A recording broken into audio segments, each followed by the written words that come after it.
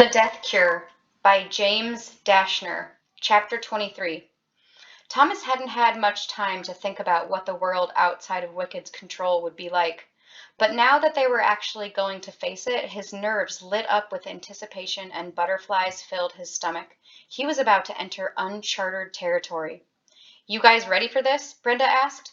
They stood outside the Berg, at the foot of the cargo door ramp, just 100 feet or so in front of a cement wall with big iron doors. Jorge let out a snort. "I forgot what an inviting place they have here." "You sure know what you're doing?" Thomas asked him. "Just keep your mouth shut, hermano, and leave things to me. We're using our real first names with fake last names.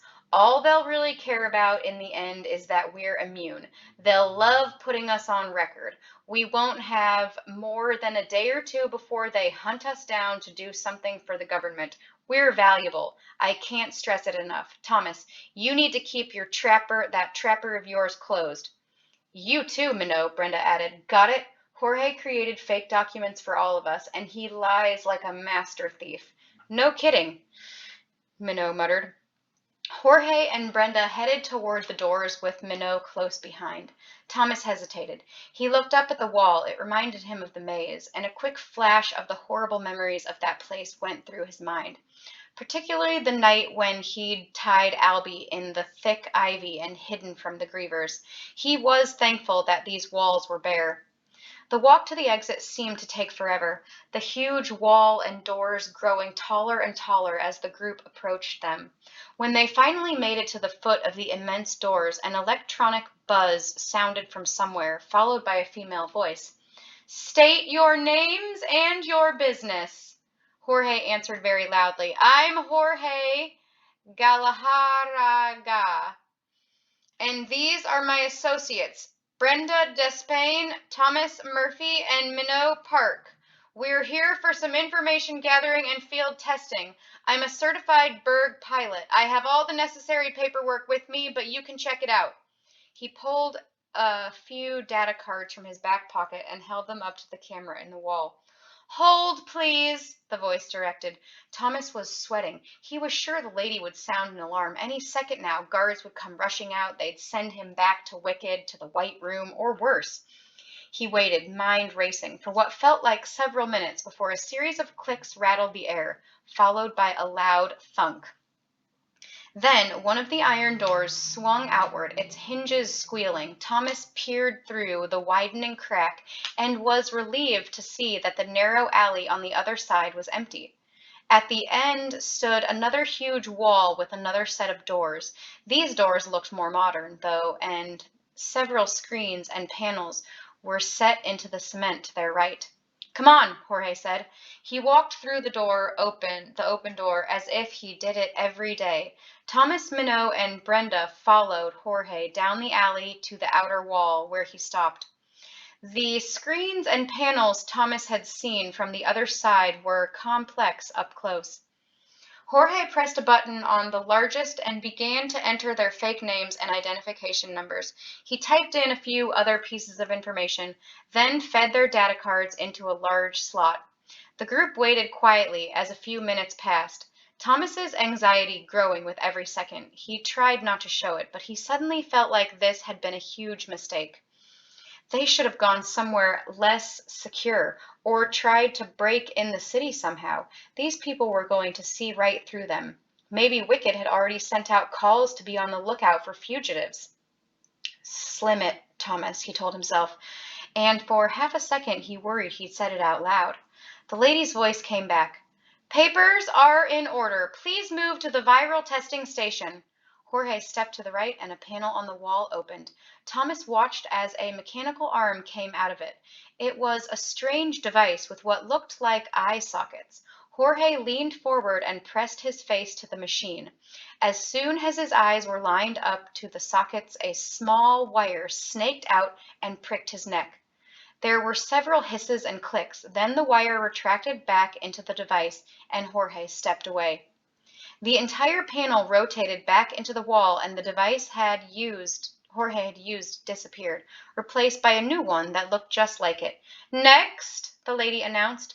Brenda exchanged an uneasy glance with Thomas, then stepped up to the machine and leaned into it. The wire pricked her neck. The device hissed and clicked, and it was over. She moved away, taking a very noticeable breath of relief. "It's been a long time since I've used one of those," she whispered to Thomas. "They make me nervous, like I'm suddenly not gonna be immune anymore." Once again the lady said, "Next!" Minot went through the procedure. Finally it was Thomas's turn. He walked over to the testing panel as it rotated again, and as soon as the new apparatus appeared and locked into place, he leaned forward and placed his eyes where they were supposed to go. He braced himself for the pain of the wire, but he hardly noticed the prick on his neck before it was gone. All he saw inside the machine were a few flashes of light and color. He felt a puff of air that made him squeeze his eyes shut. When he opened them again, everything was dark. After a few seconds, he stepped back and waited for whatever was supposed to happen next. The lady finally spoke again. "You've all been cleared of VCT and confirmed immune. You do realize that the opportunities for your kind are vast here in Denver, but don't advertise it too much out on the streets. Everyone here is healthy and virus-free, but there are many who still don't take kindly to immunes.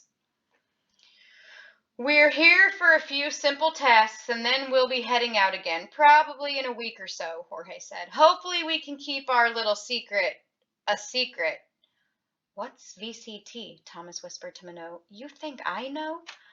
"Viral contagion threat," Brenda answered before Thomas could ask her. "But keep it down. Anyone who doesn't know that will seem suspicious here." Thomas opened his mouth to say something, but was startled by a loud beep as the doors began to slide open. Another hallway was revealed, its walls made of metal. There was another set of closed doors at the end of it. Thomas wondered just how long this would go on. "Enter the detector one at a time, please," the woman directed. Her voice seemed to follow them to this third hallway. "Mr. Gallagher first." Jorge entered the small space and the doors slid shut behind him. "What's the detector?" Thomas asked. "It detects stuff," Brenda replied curtly. Thomas wrinkled his face at her, faster than he expected. An alarm buzzed again and the doors opened. Jorge was no longer there. "Ms. Despan, please, is next," their now bored-sounding announcer said. Brenda nodded as Thomas entered the detector. A minute or so later, it was Minot's turn. Minot looked at Thomas, a serious expression on his face. "If I don't see you on the other side," he said in a sappy voice, "remember that I love you." Snickering at Thomas's eye roll, he went through the doors and they closed. Soon the lady called for Thomas to enter. He stepped inside the doors and they closed behind him. A rush of air hit him as several low beeps sounded. Then the doors in front of him slid open and there were people everywhere.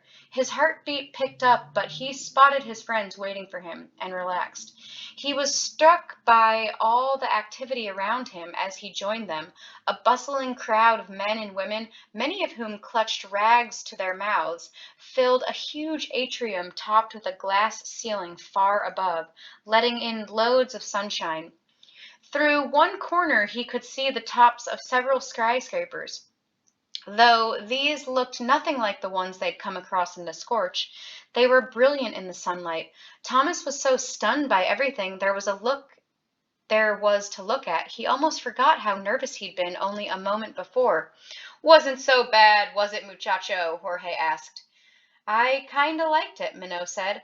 Thomas was utterly wowed. He couldn't stop craning his neck to take in the large building they'd entered. "What is this place?" he finally got out.